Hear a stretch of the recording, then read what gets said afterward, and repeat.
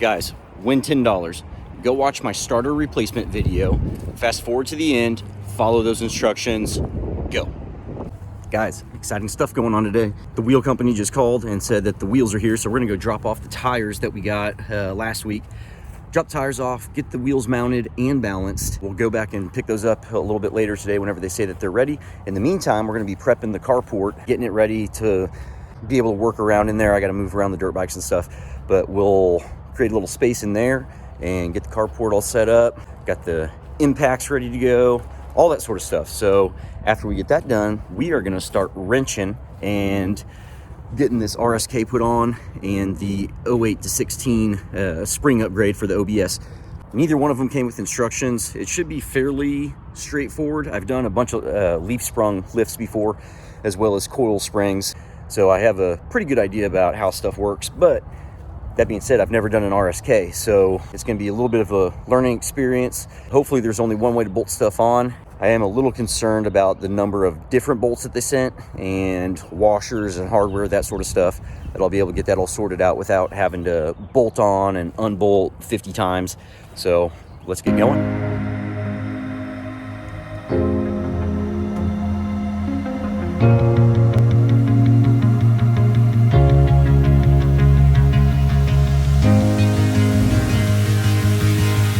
Unboxing of the Pacers.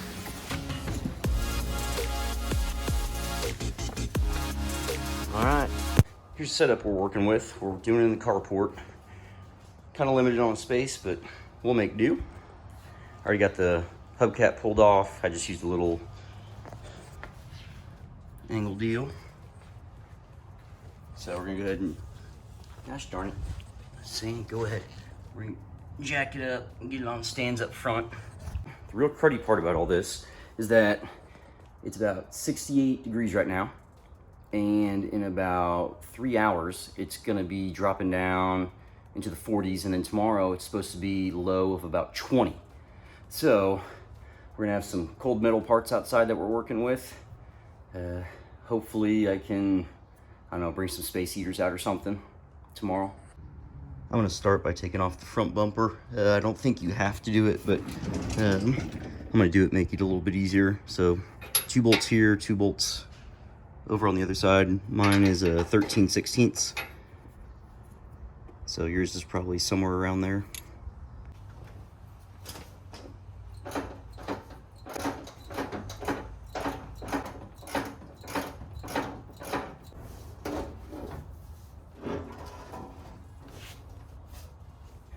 So that bumper's pretty light. You can handle it very easily by yourself.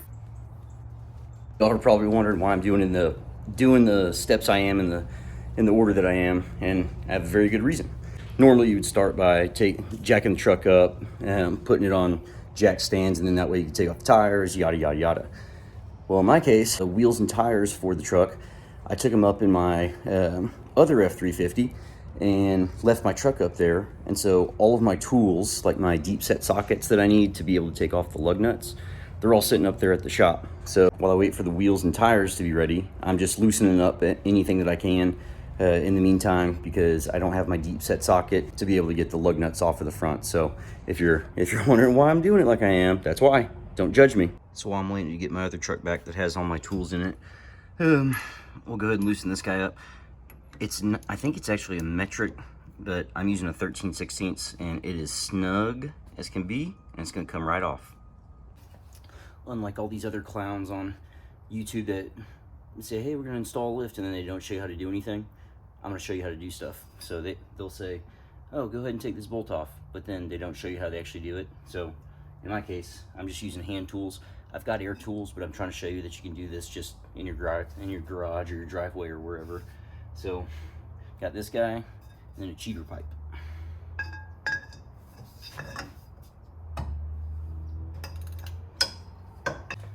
I'm just going to use a crescent wrench to hold this side. So again, I'm just kind of getting stuff loosened up. I didn't take the bolt all the way out, but did the same on both sides. And now I'm moving to the back. And it's the same deal as far as the sizes go, 13/16. And you can use a crescent wrench, you could use channel locks, all sorts of stuff.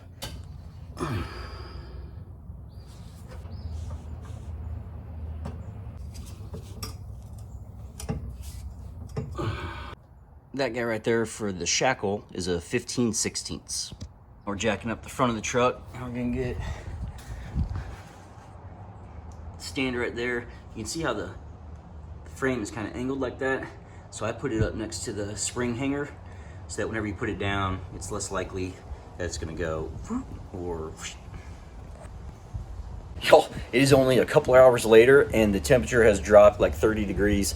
We got the tires taken off, we got the frame supported, and we went ahead and kicked our time-lapse video that we're doing, so that'll be real cool. So now what I'm doing is I'm gonna go ahead and god dang it, quit saying go ahead, quit it, slap yourself, quit. Now what we're gonna do is use a pickle fork, and we're gonna separate this. We'll probably booger up this little guy, but whatever. So we'll pull off this guy, then we gotta take this guy off and get the Pitman puller on it so it can start doing its thing. The Pitman arm, the puller isn't really designed to actually physically pull it off.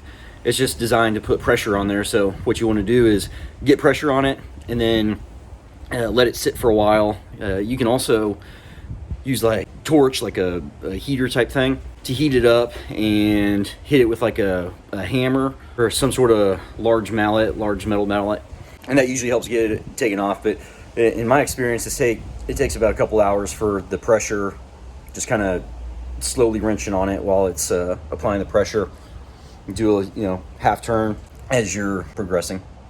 I love Ford trucks, but I don't know why in God's name they do this. So we've got, I don't know if you can see that or not, 18 millimeter. Cool, great fit. Cool, great fit there. Cool, great fit. Oh look, that one's bigger. That makes sense. Something else that's kind of helpful is as I'm taking stuff off, I'm just using these little sandwich bags and a Sharpie and labeling everything as I pull them off. This one doesn't, or it does have it. I put the size of the nuts on there, 13/16 on this one, so it's easy whenever I go back to put stuff on. It's not another guessing game, just save you a couple minutes here and there and make everything a little bit easier. The brake line, it is a 9/16, and I'm disconnecting it because whenever we actually lift it up, I have extended brake lines for this. So whenever I drop the axle, these are going to be keeping the axle from going down very far. So it's easier just to disconnect them and make sure you get like a little cup or something for everything to drain down into, because you will lose some fluid. And don't touch the stuff. Now I'm going to start taking off these U-bolts here on the driver's side. See the brake line stripping down into the cup. I think this is actually a 13/16, but I only have a 7/8 and a 1-inch deep set. So I'm gonna try it with the 7/8. Worst case, I'm not reusing these U-bolts, so I can always just cut them off with a cutting wheel. So I'm gonna try it with the 7/8 and see what happens. Yeah, so the 7/8 definitely doesn't work. It just rounded off the bolt. So I'm gonna go check a couple other spots, see if I have a wrench or something else. So I was just saying I don't have a 13/16. My plan was I was gonna come over to this guy and use this wrench with the cheater bar. Well, it has an 11/16, a 3/4, and then a 7/8, no 13/16. Lo and behold, I had this little thing right here with this guy sitting in it from my grandpa's toolbox that used to be on that truck that we're working on right now. I've said it so many times to my good friend Will, sorry Will, best friend Will, that every time that I need some tool and I don't have it, I go and check this toolbox, which that canister was in the toolbox. I go and check this toolbox, and I swear every time it has the part that I need, or the tool that I need. So, thanks, Grandpa. The wheels have arrived, boys.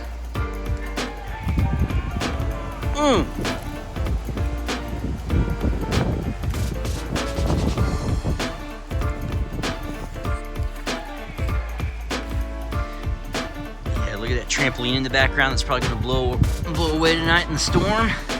That's all right, we got wheels. remove the cotter pin right here on top of the Pitman arm. Now we'll use a 13/16 socket and take that off. The castle nut and cotter pin are out. And now you're gonna use something like this, call it pickle fork, and you're probably gonna booger this thing all up. I've never done it without not messing it up, but I'm probably just not very good. So you can hit the end of this with a hammer, just tap it in there, just a little tappy wappy, and then just start prying on it and it'll come out.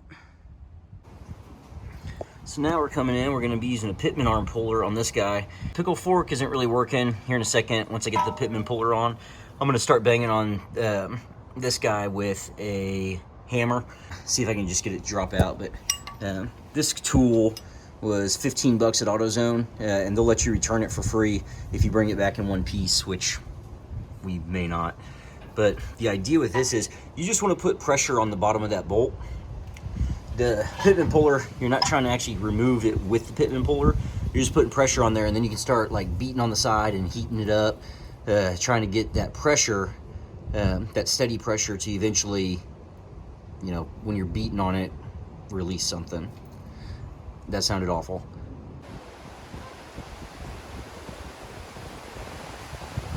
All right, we let the Pitman arm puller sit on the Pitman arm all overnight. I had it torqued on there pretty good, just to the point where the Pitman arm puller was starting to kind of spread apart.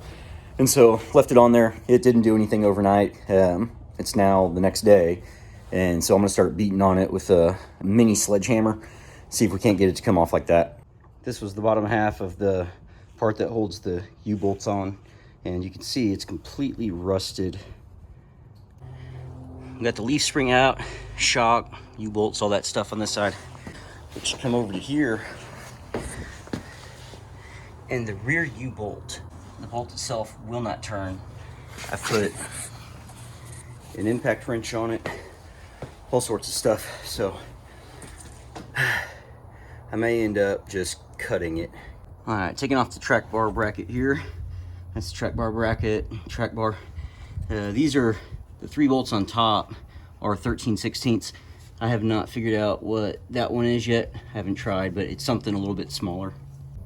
The nuts on the back of the track bar bracket are 5/8. Where the track bar itself actually connects to the track bar bracket, I'm just using a crescent wrench on the back side, and then the front side is an 18mm. Taking off the rear shocks, it's an 18mm up here. God dang, bird. And then it's also an 18mm on both sides on the bottom. It's now the next day. It's about 30 degrees outside. Kind of overall where we are, we've got the passenger side leaf spring removed. This driver's side leaf spring, the back mounting bolt is rusted. I've put penetrating oil on it for the last 2 weeks, along with all the other bolts. And so for the last 2 weeks, it's been soaking. I've tried an impact, I've done cheater bars, all sorts of stuff, and it's just not coming off. I'm gonna try heating it up this morning since it is so cold, and hopefully that does the trick.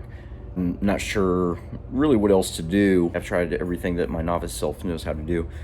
So we got the Pitman arms still to come off. The track bar bracket is off. It's just we got the rear shocks off. I'm tired, I'm cold, and we're just now starting. So hopefully we can be productive. I'm fixing to put on the front bar for the reverse shackle kit. This is the hardware that they send from PMF. Great company, love their products. There aren't that many bolts, but send some instructions with the thing. I mean, how hard is it to say, take this long bolt and put it in A. Take this short bolt, put it in B. Oh, this little packet, this is for blah, blah, blah. Come on, step the game up. I apologize ahead of time if there's a whirring sound. It's about 30 degrees out, so I'm running the clothes dryer inside to blow this heat right on me as I work. But for actually lifting this into place, I tried a couple different things. I tried this block, I tried with a jack. It just wasn't working. You probably want to have 2 people for this. I ended up getting it by myself, but It was after a lot of 4-letter words were said. There aren't any instructions with the PMF kit. You've got a couple different size of bolts and nuts. For the 2 larger ones, the ones that go on the shackle, as well as right here and right here, these are going to be 1.125", and that's on the bolt as well as the nut. You're going to use a washer on this side and on this side on all of their stuff. But so this is 1.125", this is 1.125", and this little one, this comes in a separate baggie. There are just 2 of these, one for each side, and this one is going to be, I think, a 1 inch is what I'm using on it. The Pitman arm puller has been on there for 36 hours now, and it's just not budging. So we're going to go ahead and cut a couple of little grooves into it with the cutting wheel, and then we'll put the Pitman puller, and then we'll put the Pitman puller back on and see if that does the trick. Okay, so these Pitman pullers are pretty weak. They like to kind of spread apart as you torque them down. And so what I did was I put a vice grip on there from side to side to keep it from doing that. Now, these little top things, those may snap off, but whatever, it's a $15 tool, so I'm doing this so I can kind of crank down on it a little bit harder. Okay, so I pulled the Pitman puller off, and we're gonna go ahead and cut a little relief into the actual Pitman arm itself. With the brake lines, they send you, for the 4.5-inch kit, extended brake lines. So, taking it off, this guy right here is a 7/16. I finally got this leaf spring off. This back part right here was rusted so much that, I mean, I tried everything to try to get it unstuck and it didn't work. So I ended up taking this Sawzall and just chopping both sides. I got in there on the sides of the bushings and just cut through those and then cut through the metal. Okay, it's now the next day. All we have left to do is get the Pitman arm off. I left the Pitman arm puller on it all night long, and it did absolutely nothing. So we are just gonna start cutting and cutting and cutting. I also went and got a new brake line, well, the fixings for it. This is the brake line here that goes from the passenger side to the driver's side. It was completely rusted on, couldn't get it off, so we went to Napa and got a new line. I still got to bend it and everything, but we're going to put a new brake line on from the passenger side to the driver's side, and we should be able to start putting the leaf springs back on, get the new Pitman arm on there, basically finish up the front lift. It finally came off. We got the Pitman arm off. I ended up having to grind, and I was oh so careful. I don't know if the camera's getting that. You can see the little, how it's just barely through. You can see daylight. So I just ground like 1 second at a time with the grinder, and then would stop and check it and make sure I wasn't hitting any of the splines. So grinding it worked for me.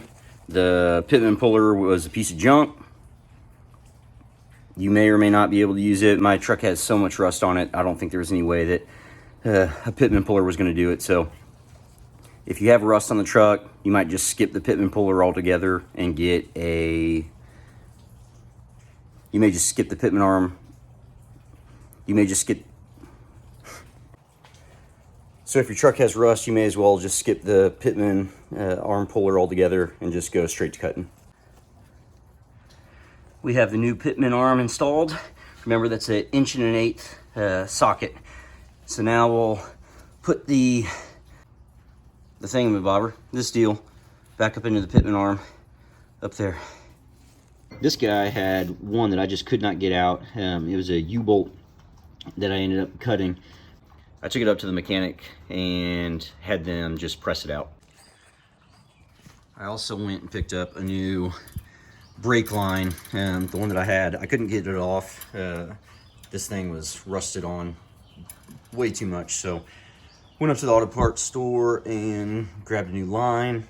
I'm fixing to bend it and then start putting stuff back together. The brake line that I bought is a little bit long, so I need to cut it and then go buy a flaring tool. In the meantime, I'm gonna go ahead and start getting the leaf springs installed and start getting everything put back together. Next up, we're gonna be putting the shackle in, like so.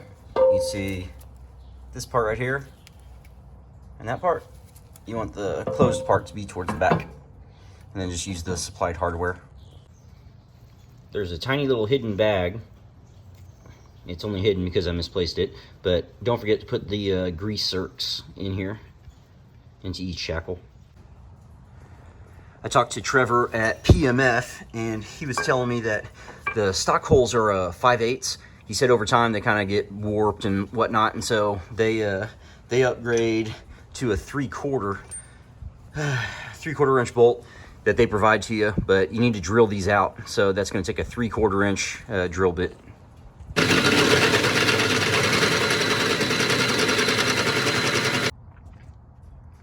So remember earlier in the video, we had that rusted brake line that I ended up just cutting off. I went to Napa, got a pre-made line. It's about a foot too long, I guess. So I got a crimping tool as well as a flaring tool. So we'll go ahead.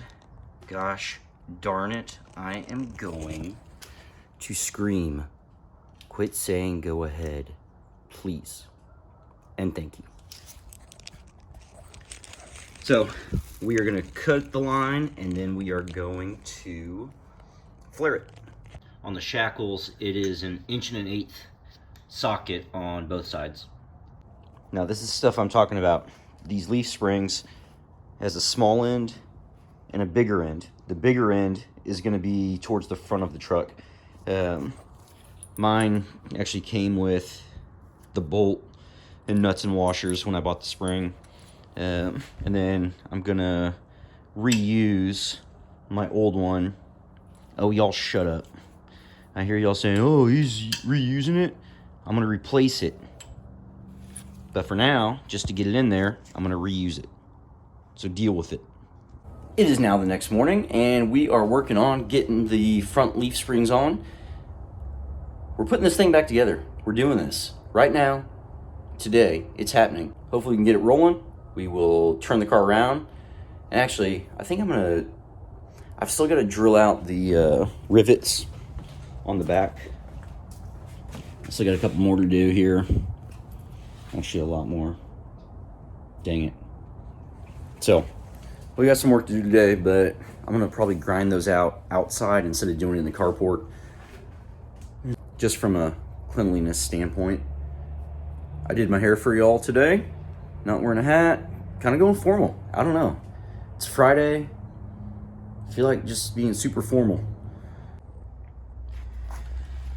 Getting this front leaf spring bolt on. That's supplied with the PMF kit. This is a 1 1/16" bolt, or nut. 1 1/16" bolt.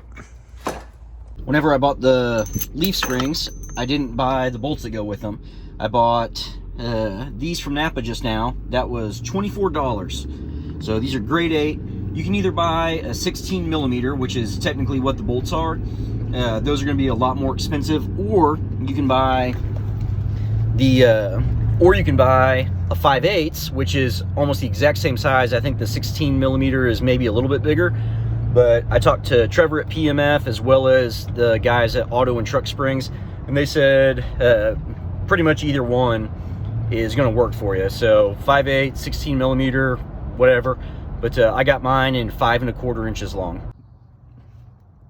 Here are the bolts side by side. I'm not sure if that's a 5/8 or a 16mm, but this one is definitely a 5/8. You can see a little bit of an upgrade. This bolt is 5 1/4 inches long versus this one, I guess, is like 4 3/4 maybe. So you can, anywhere in that range, it doesn't matter how long, somewhere between 4 3/4 and 5 1/4. Starting to put everything back on, and this nut right here on top of the ATS spring is bigger than what this hole is. So I haven't checked out what size that is yet, but you may have to drill this out to get it to fit back on there. So the same drill bit that I used to drill out the bracket back here is a 3/4 inch. I just took that thing, kind of wallered it out, just kind of moved it back and forth, and it got it enough. It only needed like a 30-second or something to get in there. Now we're putting on the U-bolts. The U-bolts are a 7/8 bolt. The centering pin isn't centered on here. The easiest way to fix that is just to hook up a tie strap or a tie down and wrench them together like that. Okay, so I used the tie down straps, got the axle all lined up and everything with the leaf springs. I have no idea what is going on here. I'm a fairly mechanically inclined person. This is the way that it came off. I didn't swap sides with the passenger side or anything. It's hitting right there, and I cannot figure out why it's hitting now. But so the solution is going to be, I'm just going to cut this part off right here with a cut-off wheel and an angle grinder. All right, we pretty much have it put back together. Everything's tightened up. Still got to bleed the brake lines. I'm going to go, well, I almost said go ahead. I'm going to put the tire back on and start working on the back. I already pulled this little deal off right here for the brake lines. And we still got to finish grinding these guys off, take off the rear U-bolts and all that stuff. So get going kind of on the back. All right, we're fixing to drop her down, get the first look.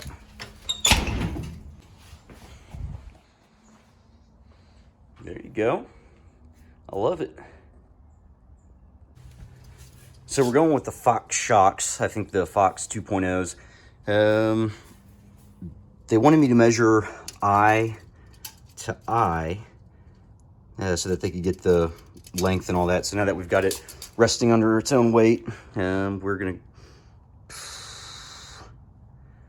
that we've got it resting under its own weight, we'll measure that, get the shocks ordered. Hopefully we can get those by maybe tomorrow. We'll see. Starting to wrap it all up. We got the RSK installed. We got the 08 to 16 rear spring upgrade complete. Shocks came in late last night, and we'll go ahead and put those guys on and then go do some driving around.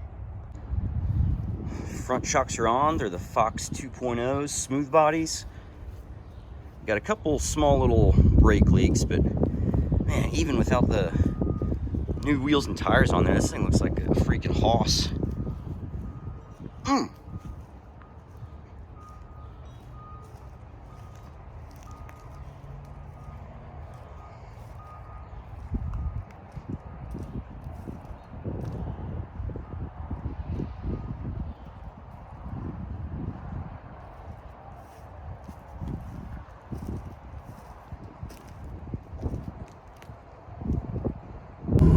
Ladies and gentlemen, are you ready?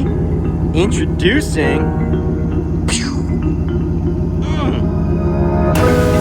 look at it? Would you look at that?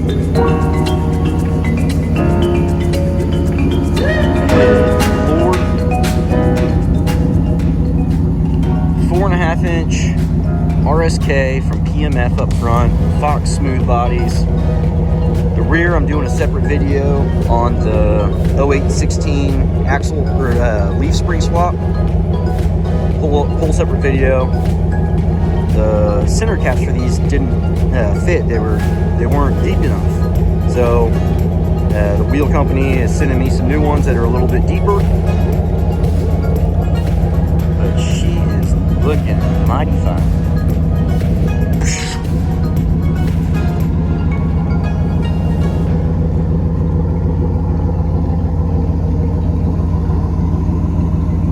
Thing of beauty right there.